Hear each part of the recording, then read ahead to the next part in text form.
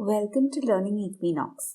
Last Monday we talked about what is a startup and how to park on that unique idea for a startup.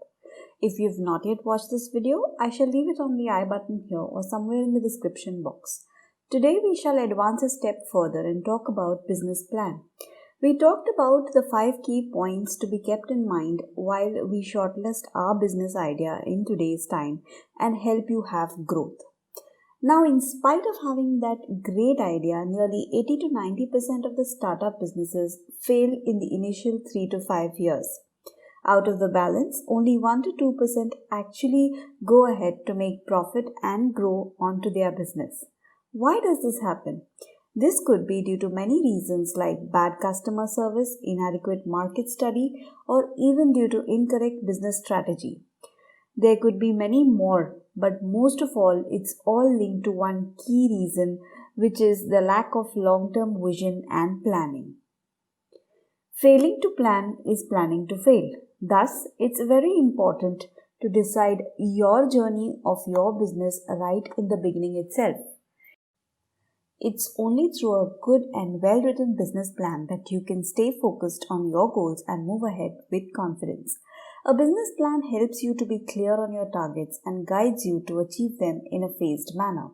It also gives you the flexibility to stretch your goals in times of excessive competition and also helps you achieve goals within specified timelines.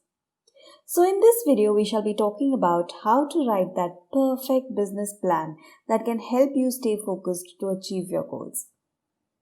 It should be flexible to accommodate changes and at the same time keep you and your team focused on the targets without any lags. Before we move further, I would like to remind you that if you've not subscribed to our channel, then please subscribe to our channel and hit the bell notification on so that you get regular updates on our upcoming videos. Now moving on to today's topic. Why should you have a business plan? This is because it provides clarity of thought and purpose. It gives you clear focus on where you want to move ahead in your business. Second, it introduces a business model. While you are in the process of drafting your business plan, the clarity of thoughts flow into your entire business idea. What you're going to be doing when and how you plan to achieve is all documented in the process. The third, it introduces the company and the team. A business plan is a structured way which gives you and your team a complete knowledge of the organizational structure. It helps investors understand your company and the entire team a lot better. It attempts to persuade the investors to reach out in a phased manner so that they exactly know what is in store for them in the entire business structure. What are the entry and exit points? How are the long-term and the short-term goals aligned? How is the company's team? How is your team going to work on this? All of this is helpful for the investor, which can help him give you the right kind of investment. It highlights the risks and challenges, obviously, because when you're writing down the plan itself, at every stage, be it market research, customer study, or financial risk, it helps you understand those risks and challenges at every given point of time. And lastly, entry point for further discussions. So every investor looks at further discussions and taking you to the next level and growth. So that entry point is very clearly defined by the help of this document. So what is a business plan? A business plan is a roadmap that provides direction such that your business can plan its future and help it avoid the bumps in the road. Your business plan should contain the following broad categories: the executive summary, description of your business, description of your products and services, the market analysis, comparative analysis, operations and management, financial component, and supporting documents required for all of the above. So let's understand each and every point one by one. When I talk about executive summary, it's a short summary of what your business is set out to achieve. It generally mostly is read by every investor and anyone who is interested in doing business with you. So this has to be very well drafted, and as far as possible, it should be kept crisp and simple. Your summary should answer the following questions. What sort of company it is? What are the products and services? And what's so special about your company? Who are the managers or the stakeholders of the company? How much money do you need and how will you make use of it at each and every stage? It will include key points like about you and your team, your business idea and product, your target, your business strategy, finances, and your vision mission. You'll be able to write this towards the end because it's a snapshot of all the underlying points that we'll be discussing now. So the next one is description of your business. Here you need to define your business. Be very clear on what you are set out to achieve. Do not fragment your thoughts by venturing into multiple ideas. Write down each step of your business clearly so that your vision does not get diverted. This can assure success. Document your goals into short-term, mid-term and long-term goals. Those that you want to achieve in the coming 12 months are short-term. In the next 3 to 5 years will be termed as mid-term goals, and the next 5 years would be long-term goals. In the goal setting video on our channel, we've already discussed how to visualize over a time frame right up to 100 years, which can help you achieve your life goals. Same goes with businesses. You should be very clear on the objective that you're set out to achieve and break it down into small bites of achievement over a long period of time. Your mission statement. This makes you clear and focused on what you want to achieve. It also helps you understand what results you're heading for. It helps your staff members and team members to be very clear on the way forward. All together move in the same direction because there is clarity of thought. Making a clear plan stating in exact numbers or percentages makes it measurable, and this way you will be able to achieve every single milestone that you have set for. So goes with your organization. Once it is determined and defined in terms of numbers, it becomes very easy for your organization overall so that they know what is expected out of them. For example, number of customers that you want to gain, what is the market size that you wish to expand, the percentage of growth in terms of stakeholders that you're looking for, the cost strategy that you would apply, and the percentage reduction you want to see. The next is the description of your products and services. Research the demand for your business. If there's a high demand for your goods and services, definitely it's a great business idea and it will flourish. However, if you study the market and you realize that there is very low demand, then you need not proceed with it because this will eventually lead to failure. So study the demand of your business idea before you go ahead. Research well before you step into that business. Clearly define your product and services to understand the market demand, consumer tastes and preferences. Keep all of this in mind. In today's times, customers are spoiled for choices. So you should be capable of putting yourself in their shoes and trying to see what problem your product or service is able to solve. The next is defining your unique selling proposition.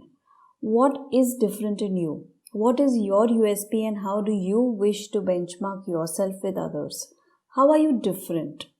Be it in any additional service that you offer or any kind of personalization, something different which will make you stand out.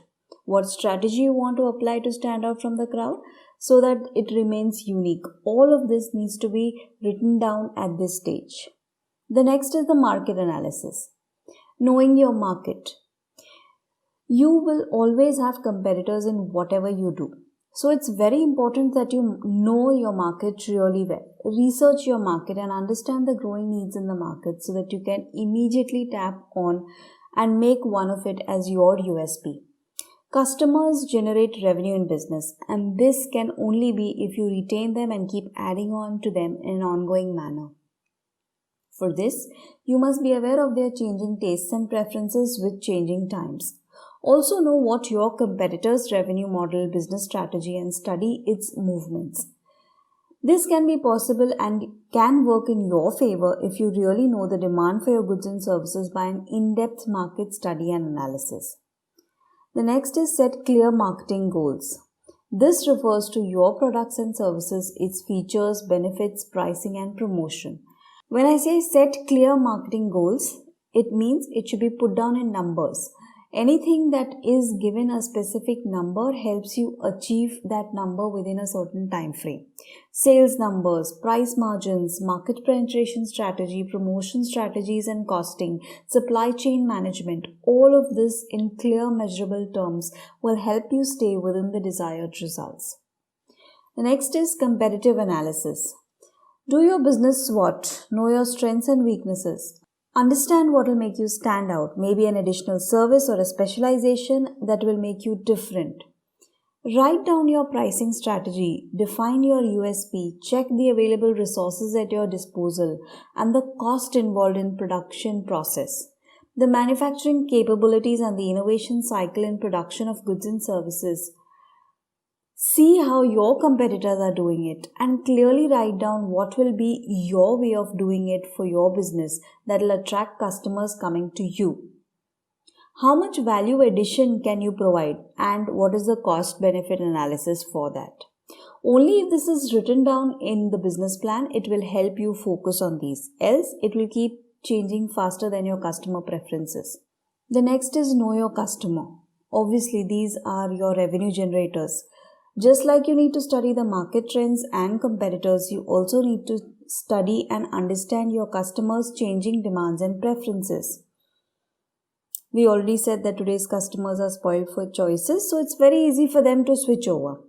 You should exactly know their tastes and preferences.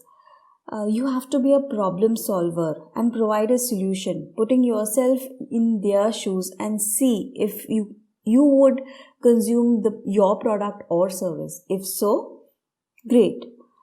So then you will be able to understand why should they consume your products and services. This will give you a perspective of their choices and will help you work upon your product and services accordingly. Documenting all of these in business plan will help you stay connected with your customer preferences. The next is operations and management. Here you need to define your production and delivery process for your goods and services.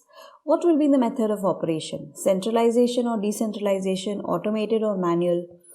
Whatever you adopt, write it down and move with time. Time is one very important factor today. Businesses run out of customers due to extensive turnaround time, that is the TAT. So your operations should not hamper the TAT and should be very well defined in the business plan. This is what everyone in your organization will follow. So make it very clear, breaking it down step by step and crystallizing into the lowest possible steps. Once process is set, document the steps in the form of an SOP. Define management goals so that they are focused on achieving the overall vision mission. Define selection criteria for positions and exercise ethical policies for management. People like to be associated with honest and transparent organizations. All of this documentation takes a lot of thinking, but it is very important that you write this down in your business plan so it becomes a guideline for everybody in the team to follow. The next is the financial component. Here, you need to write down your financial goals and objectives. This means what revenue your product or service are likely to make in terms of volume and value along with the cost associated with it. Are economic conditions favorable in your product for your products and services? Do you have a supply chain management in place to achieve your turnaround time? Define these objectives very clearly in terms of the number or the over a period of time when you want to achieve what. Tax planning. Are there any tax benefits available in your area that you have set out for your business? What subsidies and exemptions are available to your category of goods and services? What rates of direct taxes as well as indirect taxes are applicable for your set of goods and services? All of these will impact your bottom line. So write them down such that you are clear of what's going out of your pocket and what is your savings. This will change from time to time, but revisit your business plan over a period of time and write that down initially. Financial statements and cash flows. Write up a balance sheet or a projected balance sheets and profit and loss account along with cash flows. This will help you ascertain your debtors cycle and creditors cycle. Your debtors and creditors cycle should be moving such that the liquidity is maintained. How do you plan to make use of your production process? This would include purchase of asset, like whether you're going to go in for a purchase of an asset or leasing of an asset. Evaluate the cost benefit analysis. A purchased asset will add on to your balance sheet, however, leased rentals will be outflow from your revenue. Look at the long-term planning and decide what is best suitable for you. Whatever you decide, document that. Risk management and insurances. Define your business risks, internal as well as external, and have a plan B in place. De-risk your risk by assessing it in advance as far as possible. Insure yourself for all the known risks. Investment planning. Write down your plan for making your investments in business. Do not put all your eggs in one basket. Diversify your assets, having sufficient liquidity for crisis management. Keep changing investments to generate better returns and maintain your debtors and creditor cycle for sustainable cash flows. Exit strategy of your business. If your business does not move as planned, what is your exit strategy? What time would you exit? How would you pay off your debts? And what would be your closing procedures? Document all of that. Supporting documents. These are documents you need to support all the above points that we just mentioned. They are your fallback repository so that you can check on why you made a certain move in your business while writing the plan. These could include things like a research database, market surveys conducted while doing market research, technology plans, service level agreements, company policies and plans, financial statements and projections, and so on. Last but not the least, you need to take action. If you write down everything and do nothing about it, it will never yield results. When I say take action, means stay disciplined to the plan. You and your team should conduct review meets to understand and study regular progress on the plan. Defining your business is also about being your own boss. And being your own boss means understanding time management, beating procrastination, and creating an action plan to work. That brings us to the end of this video. Hope it will help you create a detailed business plan. Do let us know in the comment section if you like this video. If you have watched till now, means you have definitely found it worthy. So do subscribe to our channel for more such upcoming knowledge sharing videos on this topic every Monday. Thanks for watching and stay tuned for more.